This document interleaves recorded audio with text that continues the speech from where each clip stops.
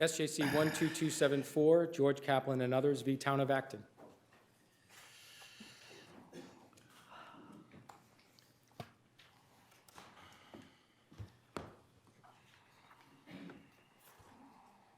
Mr. Mishkin, good morning. Mr. Chief Justice and Associate Justices, may it please the Court. An active house of worship asked the Town of Acton for $100,000. It said it was suffering financial strain, quote, "We need your help," end quote. The town said yes, but the plain language of the anti-aid amendment says no. No decision of this court or the U.S. Supreme Court has ever permitted public funding of an active house of worship. The U.S. Supreme Court, in fact, has explicitly rejected the idea under the even less stringent Establishment Clause. And Trinity Lutheran does not say otherwise. The anti-aid amendment, which is stricter than the Establishment Clause, prohibits the use of public money for the purpose of maintaining or aiding any church. If these words mean anything, they mean the government cannot write a check to help an active house of worship. Our view is this clause is dispositive in this case. This clause expresses a key purpose of the anti-aid amendment as it was adopted in 1918, as this court has recognized in Springfield. It was to prevent aid to sectarian institutions. The active house of worship is the quintessential sectarian institution. Now, Mr. Mishkin, as you of course know, the anti-aid amendment speaks not only about churches, but maintaining or aiding any infirmary, hospital, institution, primary or secondary school, charitable or religious undertaking, with the same language as it bars appropriations for the founding, maintaining, or aiding any church, religious denomination, or society. We have in the past, speaking of the former, not the latter, addressed those and said that the three factors set forth in Helms apply. And why would those three factors not apply also here? They don't apply here because there are two clauses. There's a reason for the two clauses, and applying the Helms factors is neither necessary nor appropriate to apply to the second clause, which pertains only to churches. That phrase, that clause, no aid to churches, is stricter for the reason that the institutions that are referenced in the first clause to which you refer are institutions that perform functions that, under certain circumstances, the government could perform. So, for example, this court has found that providing funds to preserve a battleship as a museum in the Helms case itself, or busing private school students in the Essex case, or providing special education services in the Springfield case. This court has found that the first clause permits that kind of public funding because those are the kinds of things that government can or should be doing. But in contrast, the second clause, no aid to churches, involves prohibiting funding for something that the government could never do, own or operate an active house of worship. Let me ask you something about, is that disqualifying to be an active church, even if the church building has independent historical significance? For example, I'm thinking of something that there's no question about, for example, the Old North Church. The fact of it being a church building is not disqualifying under the anti-aid amendment. Here's the distinction that we make. If the building is serving primarily as an active house of worship, which unarguably the church in this case is, then the second clause applies and no public funds can be used to aid it. When we have a church building whose predominant use is for something other than a religious use, that's a different inquiry. The Old North Church being an excellent example, where it's predominantly a historic attraction. Predominantly historic? Is it not an active church? It is an active church. There is, as I understand it, about a 150-member congregation that uses it as its church building. But when public funds have gone to the Old North Church, it's been to the foundation that operates the Old North Church for its historic functions. That foundation has a board that is separate from the church and from the activities of the church as a historic facility. open regularly to the public. Thousands of people go through on guided tours. There's a gift shop that sells all kinds of materials not focused on religious purposes. The Old North Church is, in that respect, predominantly a historic attraction, and that separates it out from this case where we're talking about an active house of worship whose function is the religious mission that it touts to its members. I'm sorry. Go ahead. Go ahead. Where are you coming up with this predominant use test? Well, for example, in the La I Salette, know you want to distinguish the Old North Church from the plaintiffs in this case, but where does this derive from, this predominant use test?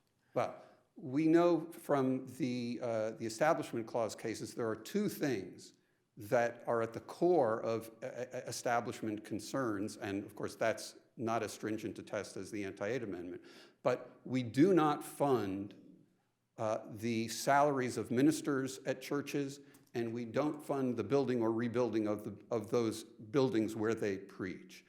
This court in La Salette made the distinction in another context and said the shrine and those facilities supporting it, whose predominant use was religion, were entitled to tax exemption. Those properties of that institution that were not predominantly used for religious purposes were not entitled to the tax exemption. In this situation, there's no question that the church building here, for which the historic preservation funds are sought, being used predominantly, if not exclusively, as an active house of worship. There's no question about its mission. It's a religious purpose. So if its predominant use is historic, I'm not sure how something could be, a use could be historic, but if its predominant importance is historic, then you would say the Helms factors would apply? That's Is correct. is that the consequence, or you're saying there's no problem? No, I think it's a consequence. The No Aid to Churches clause applies to active houses of worship and does not need any kind of balancing test because the prohibition against funding houses of worship is absolute. If the function of the property is something else, then we think it'd be appropriate to subject that to the Helms test, and if it passed the Helms test, it could well qualify for public funds. So Even a church building could do that. Here's the thing I'm confused about. I mean, if you have a building that is also of historical significance, are you saying that the way to get around your problem is to have a separate foundation that would worry about the maintenance of the building so that its historical value could be preserved? And then the active church component of it would not be sort of disqualifying? You can't use a foundation as a way around the substance of the situation. We are saying it's the substance that matters. And if the predominant use of the building, like the Old North Church, and there are other examples where church buildings are of historic significance and are not being used as an active house of worship, they could qualify. But I mean, the problem, you see, I think the Old North Church is interesting because I think to the people who are active congregants, it is an active church. Yes. So how do you say the predominant use, as far as they're concerned, is, is it some sort of objective test? Who comes in and out the door the most? It may be their predominant use, but when we look from the public perspective, which is what the Anti-Aid Amendment requires, because the Anti-Aid Amendment speaks in terms of purpose, the predominant use in terms of numbers of people who use it and the objectives of the foundation which operates its historic mission, all of those point in favor of saying, yes, the use as a house of worship is important. It's important to some, but predominantly for the public, this is a matter of it being a historic attraction. Well, that's an interesting answer because I believe that although the church may have sought it for help, the town granted the money because they wanted it faces the green, and so arguably the stained glass windows and the external repairs that the historic preservation grant would give them would benefit the public in the green, and that would be maybe more public people than using the church. So how does that relate? Well, it may be that there would be those benefits, but this court in other cases has acknowledged that there's more than one purpose to public funding, And in this instance, it's unarguable that one of the effects of this funding will be to aid the church, and that's prohibited by the plain language of the But isn't that no aid true clause. also in the Old North Church? If there are active congregants, it's still aiding that church. But in that kind of situation, the benefit is incidental. Here, the benefit is direct, and we're not worried about an incidental effect where the predominant use of a property is non-religious. In a setting where the predominant use is religious, we run smack into the anti-aid amendment. Even if the part that is funded, so to speak, is directly facing the public green and viewed by the public and... That's correct. And that argument, Justice Cipher, plays on an argument that we've heard now from the town and its amici that somehow because this church and churches like it have been embedded in the history of these towns and they served as town meeting houses. One of the amici talks about the steeple being a part of the quintessential town setting. Those are not reassuring arguments. Those are troubling, and they run to the heart of what the anti-aid amendment is designed to prevent. I mean, the predominant use is not in any of the cases, as far as I'm aware of. Can I back you up a second? Because you originally were arguing that it's an absolute prohibition, but after Trinity Lutheran, that can't be right, because that's going to be a violation of the federal First Amendment free exercise clause, right? Justice Kafker, respectfully, no. Trinity Lutheran doesn't change anything for several reasons. The problem in Trinity Lutheran, said the Supreme Court, was that Missouri had a policy that categorically excluded churches from participating in a public program like the playground program. The anti-aid amendment does not contain any status-based distinction, and we don't urge one on this court. Well, you just told us there was one. I'm sorry? You just told us in Clause 2 it's a prohibition. Now you're saying it's not a prohibition. No, Which one is it? It's a prohibition under Clause 2, and it's a prohibition based on the use of funds for religious purposes. So, for example, let's take Trinity Lutheran. Had that preschool applied for a similar type grant here in Massachusetts, it would have been analyzed, we submit, under the first clause, and it would have been subjected to the Helms test and could well have passed. Our point... In Trinity Lutheran, did they give money or did they actually just build the playground? Was the church school given money in Trinity Lutheran, or did they build it, did they put the rubberized playground in? My understanding is the preschool applied for the state funds and would have received the funds to perform the work. Right. And you're not arguing that we obviously can provide police and fire to the church, right? Correct. So you can provide some aid. And the question is what kind of aid you can provide, right? That's correct. And the cases reference police and fire, the police and fire example. I'm not aware that anyone has actually ever argued that a house of worship should be denied police or fire. It seems to be And I'm pulled not up as pushing that. I'm just trying to understand where the line is. And if they were given money in Trinity Lutheran, I don't see that different from what we're talking about here. I mean, it may be different in what it's going to, but you are providing money to a church in Trinity Lutheran, right? And the difference, Justice Kafker, can be found in the Supreme Court's decision, because there is first the problem of it being a status-based distinction under the Missouri policy. We urge no such thing. We're focused on the purpose of the use of the funds, namely here to maintain a church. But they're going to argue, they're going to come up and argue that it is a neutral program, that anyone who's for historic preservation purposes seeks money should be treated neutrally, whether it's a church or not. I'm not sure that's right, but that's what they're going to say, aren't they? They're arguing for an unwritten exception to the no aid to churches clause, and this court has addressed policy arguments like that in the past. But we've recognized something is allowed to be given, right? And I urge the court to look at what it has found to be objectionable even under the first clause, namely no lending textbooks that were purchased publicly to private schools, and the like. So if you can't do something like that, which falls far short of supporting an active house of worship, that draws the line well before we get to what we've got in this case, which is the actual funding of an active house of worship. And on the Trinity Lutheran point, I just want to underscore, as we did in our supplemental memo, the Trinity Lutheran recognized Locke versus Davey.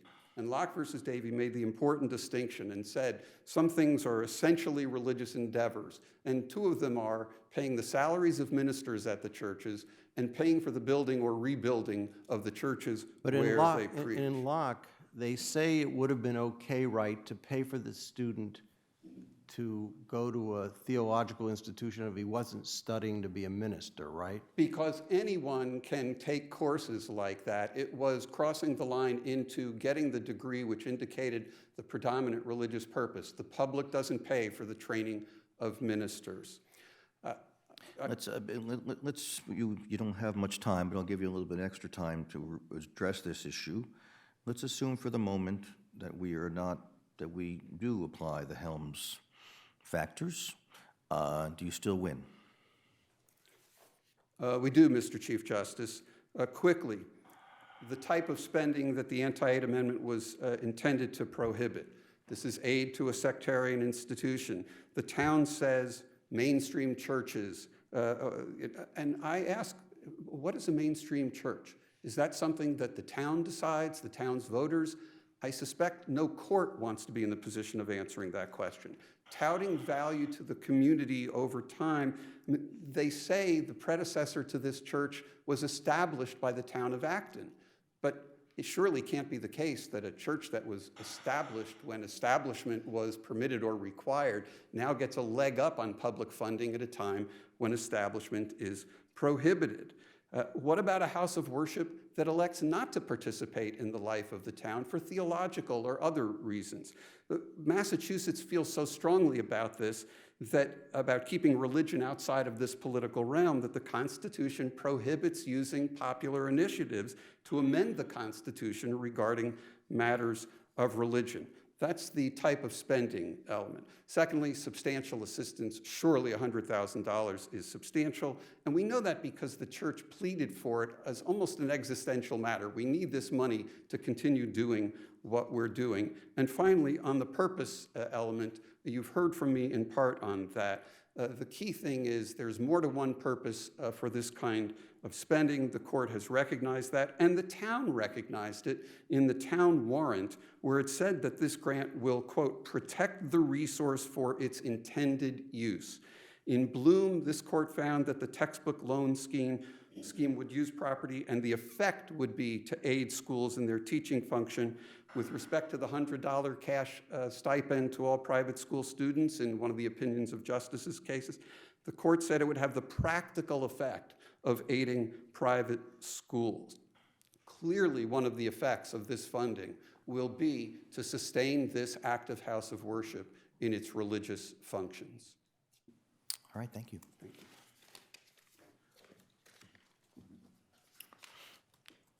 Ms. Pickering, clerk, good morning. May it please the court. The legislature enacted the Community Preservation Act to enable cities and towns in the Commonwealth to preserve their historic resources. Whether they can protect those resources should not turn on who owns those resources at any particular point in time. Where do we go from here? I mean, $49,000 for a master plan for historic preservation. Let's assume the master plan says we need $10 million in funding. Acton then says, okay, we'll provide $10 million in funding for the renovation of a church. Okay?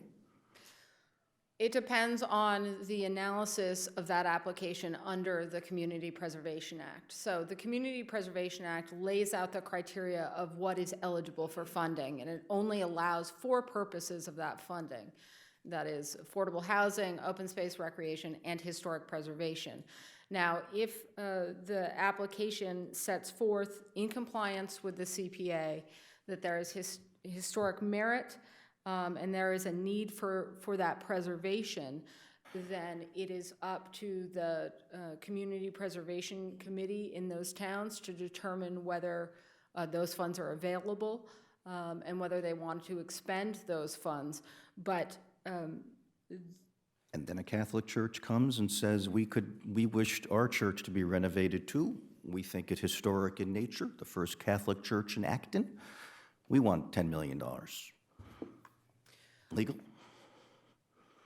Possibly, Your Honor, it all goes back to the definition of historic resource under the Community Preservation Act. If the resource is validly historic, and the funding doesn't run afoul of the Helms factors, then that funding certainly could be. What does that Well, mean then to be let's- validly historic? I mean. What I mean by that is whether it is. Chief Justice Gantz's example was the first, to the Catholic community. That could be a very significant historical event to have it be the first Catholic church. May not be so significant because it's not as old, for example, as the Congregational church that was established as part of the town's. It all goes back to the touchstone, Your Honor, of the definition of historic resource under the Community Preservation And Act. how is that defined? That is defined as a building, structure, vessel, real property, document, or artifact that is listed on the State Register of Historic Places or has been determined by the local Historic Preservation Commission to be significant in the history, archaeology, architecture, or culture of the city and town. So as you can see from that definition, it does not have a temporal restriction to it. It could be significant because an event significant in the history of the town happened 2 years ago. So the first mosque in Acton says we're desperately in need of funding, and now we are having competing funding for Congregational church, Catholic church, Muslim mosque. What about factor 3 in Helms, whether the statute avoids, or in this case, not whether the appropriation avoids the political and economic abuses which prompted the passage of Article 46? When you begin to get involved in the renovation of churches, don't you invoke and begin to then get involved not only in terms of who gets the money and how much money they get, but how the renovations are to be done? Isn't that exactly what factor 3 is designed to be concerned with in Helms? No, Your Honor. Respectfully, the Superior Court here found that there is no credible evidence in the record of this case that there is any political or economic unfairness. Now, I think what you're asking is that. What does that mean? I mean, the concern, I'm not sure what it means to be politically unfair. For instance, it would be, an example is whether there was any pretext in the funding. If the funding is only, for instance, going to Christian institutions and is not going to other institutions, the Helms factors are well-equipped to deal with that circumstance and to say, okay, perhaps the funding here was a valid historic resource and provided for a public purpose, but we are concerned that there is this other pretext that comes through on the record, and that is what would be captured under that third Helms factor. And what's the pretext? We love our Congregational church. We may even all belong on the historic board to that Congregational church. And this means the money is going to be going to our church and not to conservation, open space, the other purposes of the Preservation Act. Well, the Community Preservation Act sets out certain requirements for certain percentages of funding to go to each established category. So all the funding couldn't be going to historic preservation and within that historic preservation of churches alone. What I'm trying to convey is that there would need to be some evidence to trigger that third prong of Helms. There would need to be some evidence that there is bias or pretext in the way that the town is allocating these historic preservation grants, and there's just none on the record here. Isn't the third prong really involving excessive entanglement? Isn't that what the third prong is meant to deal with? Are we getting an excessive entanglement of church and state here? Am I misreading the third prong? Because that was what the origin of the Blaine amendments were, right? I mean, there's a debate about but isn't that what we're worried about there? And is that really a factual inquiry? So yes, I do believe that the third factor is concerned about entanglement. I don't think it is. I think that is a factual consideration here. For instance, Acton, the way it provides these fundings will prevent that entanglement It provides fundings in the form of a reimbursement only for the expenditure for the CPA-approved project alone, so that it does cabin those public funds within the approved purpose.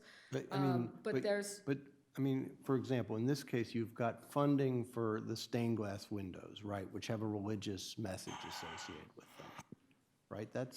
Is that not what the third prong is worried about? I do not believe, I believe that the third prong looks more towards the financial entanglement of any funding, as you mentioned before. Although some of the stained glass windows in this church do contain religious imagery, to Justice Lang's point before, I do not believe that something that has historic significance and also, I don't believe that something that has religious significance to some can't also be and have historic significance that's worthy of preservation. I don't think they're mutually exclusive concepts. So although taxpayers have questioned, here taxpayers have not questioned the historic merit of those stained glass windows, so they haven't made a claim under the Community Preservation Act that the funding violates the Community Preservation Act, so we can assume that they're valid historic resources. But I'm confused by that, because like, I mean, for example, the Old North Church, that's where the lanterns were placed in the windows, right? So they have Right. clear historic. Here what is the historic purpose of the windows in this church, for example? What is it?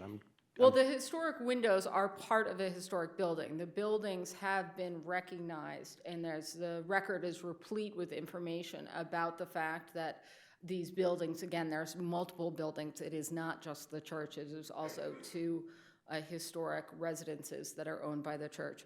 And who lives in the residences? Local families, And do they pay rent I believe they do. to the And church? there's not any religious use of those buildings, But is the my money understanding. goes to the church. Correct. Society of Jesus. Landmark Commission wanted to declare it to be a landmark. This court, 1990, says when you begin to get involved in what goes on in the interior and design of a church, that is an inappropriate state entanglement, because how a church is designed is so intertwined with religious belief and religious tradition that the state should stay out. Isn't that a problem once we begin to pay for the renovation of churches? I don't believe so, Your Honor. The Society of Jesus case has a couple of obvious differences to the case presented here. First of all, not only is it interior versus all of the restoration and rehabilitation in this case is on the exterior of the buildings, but also that was a. But it's involving stained glass windows, which themselves are religious in nature. You think it matters that it's only being done on the outside, not the inside? I think again, the touchstone is whether it is a valid historic resource, not whether it also has some Let's assume it is. I religious mean, symbolism. I don't dispute, I'll grant you, it is historic. So the question is not whether it's historic, the question is whether or not the entanglement and all the concerns about having state money to be involved in the renovation of churches, mosques, synagogues, Hindu temples begin to engender concerns about entanglement with religion and concerns about raising religious division, which I think was the source of the first. I believe that the first bill arose from the Know-Nothing movement, when there was concern that Catholics Irish coming in from Ireland after the potato famine were going to take over the government and begin to use the money on behalf of churches. Wasn't that the original spirit behind the 1846 or whatever it was amendment? Yes, Your Honor, and since that time, this court has looked at, has determined whether this funding violates the anti-aid amendment through application of the three Helms factors. Right, and And I'm so- looking at factor 3, which is the one that worries me here. with respect to factor 3, there is no more entanglement here where the funding has been allowed, despite Mr. Michigan's arguments to the contrary. Funding has been allowed to churches and to religious institutions in the past. This court has said that the notion of a hermetic separation between church and state. But anything with regard to the fiction. renovation of churches, I'm not aware of any case which has come close to saying that the state can pay for the renovation of churches. So can you point me to anything which comes close to that? Well, the Society of Jesus case, Your Honor, they did acknowledge that while the interior of a church, again, that's not an anti-aid amendment case, but the interior of the church could not be landmarked involuntarily. It does cite to the opinion of the Justice's case, which says certainly the exterior of a church could be landmarked. And so I see no difference between providing public funds to preserve a historic resource that may be owned by an active congregation at the time, than being able to landmark and control renovations to the exterior of a church. So in Belmont, at the Mormon Temple, the Angel Moroni, and I believe there was even a case where Belmont tried to restrict zoning on the height of that, and we said no. And the Angel Moroni stands prominently on the exterior of that Mormon temple. Could Belmont then fund the renovation? If the angel was being tarnished by time, could be involved in the renovation of that part of it, because that's the exterior of the church. Yes, if that exterior is deemed a valid historic resource. What the Martin case gets to, I believe it's important here, is that courts are ill-equipped to be trying to differentiate between what has inherently religious symbolism and what is not religious. And so who is that's equipped, why I go back. who is equipped to decide that? Well, that's why I go back to the touchstone of whether it is a historic resource, and then the courts are equipped to apply the Helms factors there. I see I am short of time, so if I could just make a few points, Your Honor. The taxpayers here are urging you to find that the anti-aid amendment contains an outright ban on funding to churches based on this so-called second clause. They now posit that there's some sort of predominant use test. There is nothing in the anti-aid amendment, and there's nothing in this court's jurisprudence that supports that argument. Is there And anything in our Trinity Lutheran now jurisprudence, is there anything in our forecloses that. jurisprudence that says we may not view the second clause that way, as an absolute prohibition? Is there I anything in our... think the Trinity Lutheran case forecloses that. Here, they've tried to shift from being what is clearly they put forth as an outright ban based on the identity of the recipient of the funds, the identity of the church as an active congregation. After Trinity Lutheran, as they must, they shifted towards saying this is a religious use. But that shift is meaningless, where the only thing that makes the use of funds here religious is the ownership. Well, let me ask you, is that position belied by the request for funding that came from the congregation? Because the original letter, as I understand it, said something like, we're running out of money, the congregation needs this money to further the work of the congregation. It had little to do with preservation. This court has always looked at, and the anti-aid amendment requires you to look at the governmental purpose for the funding. And the governmental purpose for the funding here was historic preservation, period. The request is problematic, though, correct?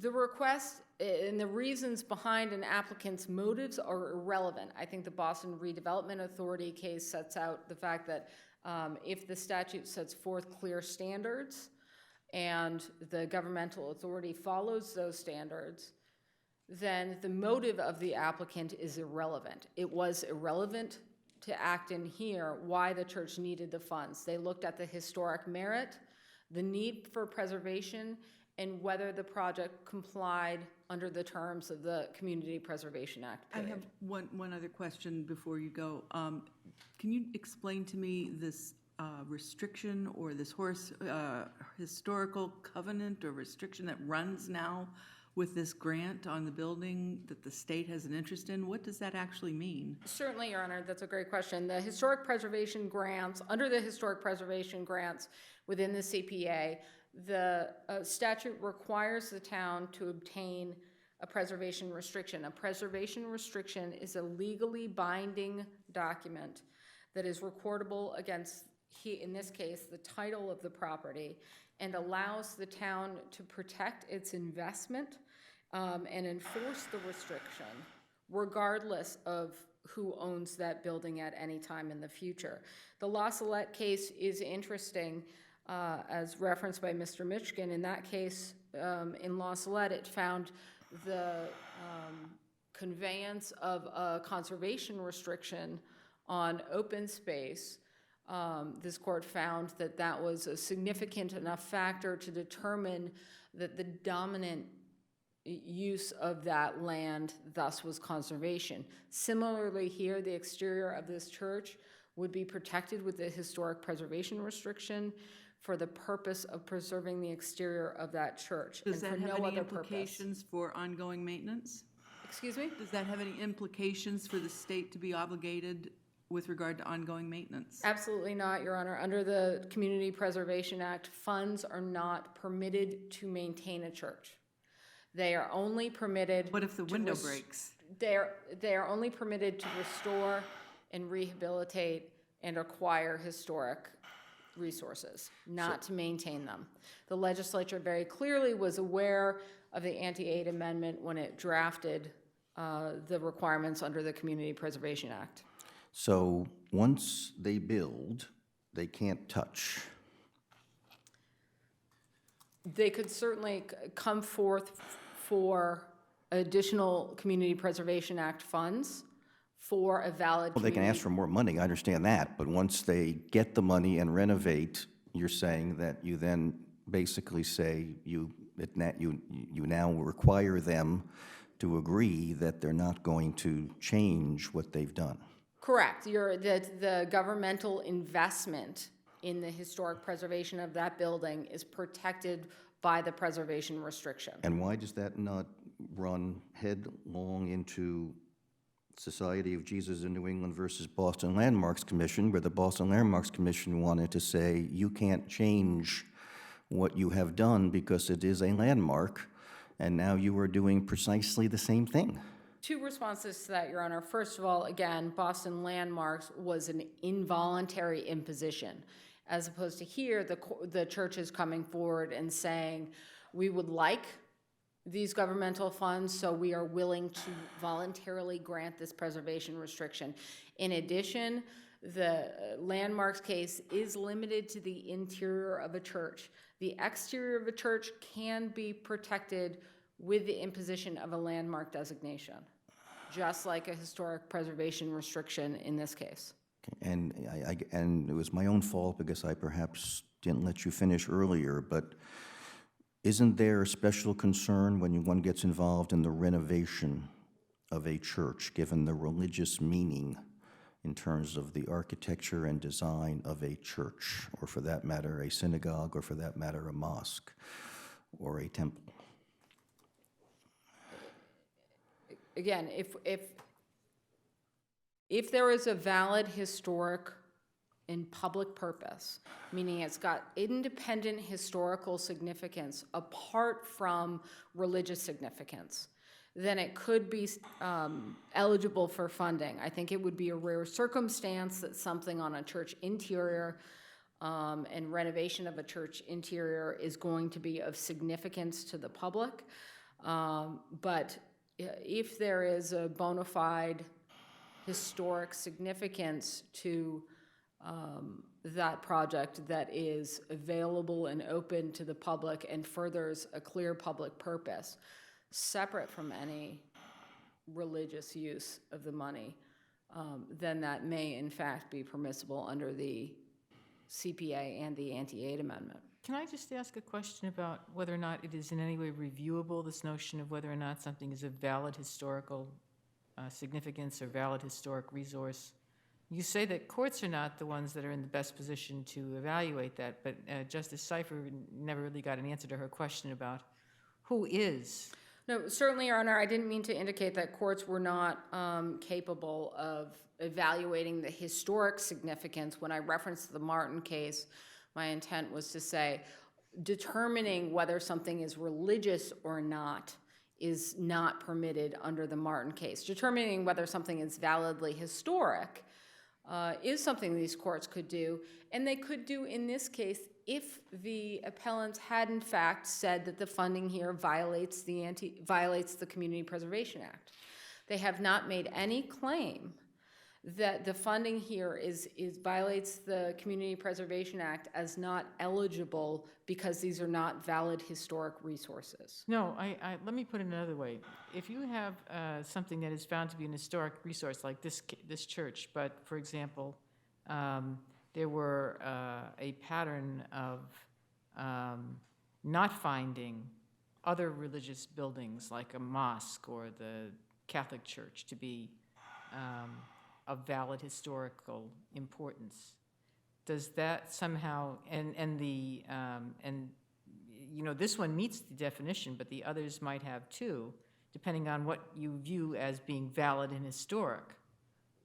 Who gets to decide what is valid and historic? So Because that listed is in for- there can be religious discrimination. So that gets to 2 points. First of all, the court could certainly look at whether it is under the definition of historic resource, whether it meets that definition, as well as the Helms test in the Helms factors are well equipped to handle that question of whether there is some pretext or bias in the funding here, and that is that third prong of Helms. There's just no support for saying that those Helms factors don't apply here and that somehow there is a categorical ban on these funding to churches. It's just not supported by the language of the anti-aid amendment. So in applying the Helms factors to these questions and challenges under this type of funding, the court is well equipped to answer those questions using the tests and the line already set out by this court. Let me reframe Justice Link's questions a little bit. I don't think anybody, certainly I, don't question the good intentions of the people who made this decision in Acton. That's not really at issue. It's the risk of, and the third factor, if I could reframe it a little bit, it's framed in Helms as whether the statute, which there it was a statute at issue, avoids the political and economic abuses which prompted the passage of Article 46. Does the appropriation of funds for a religious institution's renovation of its church avoid the risk of the type of political and economic abuses and the kind of discord with regard to favoring religions that prompted the passage of Article 46? I believe it does, Your Honor. These, Acton is not alone in the grant of funds to religious institutions that own historic resources. It has been done over 300 times in the history of the CPA, and there has not been any systematic claim, nor can the appellants point to any evidence of this bias or political or economic unfairness. So while they may be able to imagine the I'm not risk. necessarily speaking of unfairness. I'm speaking about the risk of competing claims among different religions, each seeking comparable appropriations for the renovation of their institution, and then some get it, some don't, and all the concerns about whether churches are being favored. Not that it's happened, but is there not a risk? In the history of the CPA, there has not, there's no data that suggests there is such a risk, and there certainly is no evidence on the record of Acton's implementation of the CPA that there is a risk of doing that. Again, when these funding applications are reviewed, they're reviewed based on the historic merit of these religious resources, this historic resources that are put forth. If they were put forth by two separate religious entities and institutions, the statute requires them to be, the funding to be determined and analyzed based on the historic merit of the resource and the need for preservation, separate and apart from any religious entity's ownership. Can I ask one question, just the test? The three-part test, do you have to meet all three prongs? And for something to, how do the three work together? And lastly, the second prong, what is your understanding of substantial aid? Because, I mean, it seems kind of counterintuitive. You want aid to be helpful, but that seems to be something that violates the statute if the aid is substantial. So I'm confused by that. So I'll take your questions in order. The three prongs in Helms, this court has found, I think in the Springfield case, that they are cumulative and that this is a balancing test. So if the evidence of one prong vastly outweighs the other ones, or even if the funding does not meet one of those factors, it is not a disqualification. Okay. Now, with respect to the second prong, the test boils down for whether these grants actually aid the essential function of a church. So that's what's meant, I believe, by substantial aid. And the government funds here are restricted. They cannot be used for any essential functions of a church. They are explicitly prohibited from the town of Acton from being used for anything other than the approved historic preservation programs. But money is fungible. If you pay for one thing, it frees up money to pay for something else. It's not like that playground that isn't going to get built in Trinity Lutheran, is it? Your Honor, that argument has no merit and has not been recognized by the courts. Here again, the actual funds are restricted, and this concept of following the money was not done by the Supreme Court in Trinity Lutheran and has never been done by this court in any other anti-aid amendment cases. It was not done in Helms in the battleship context. They did not look at what other funds would be freed up, nor was it done, for instance, in Springfield or Essex when funds were provided to private institutions for special ed and transportation. So the court has never recognized that argument as having any merit under the anti-aid amendment. Thank you. Thank you, Your Honor.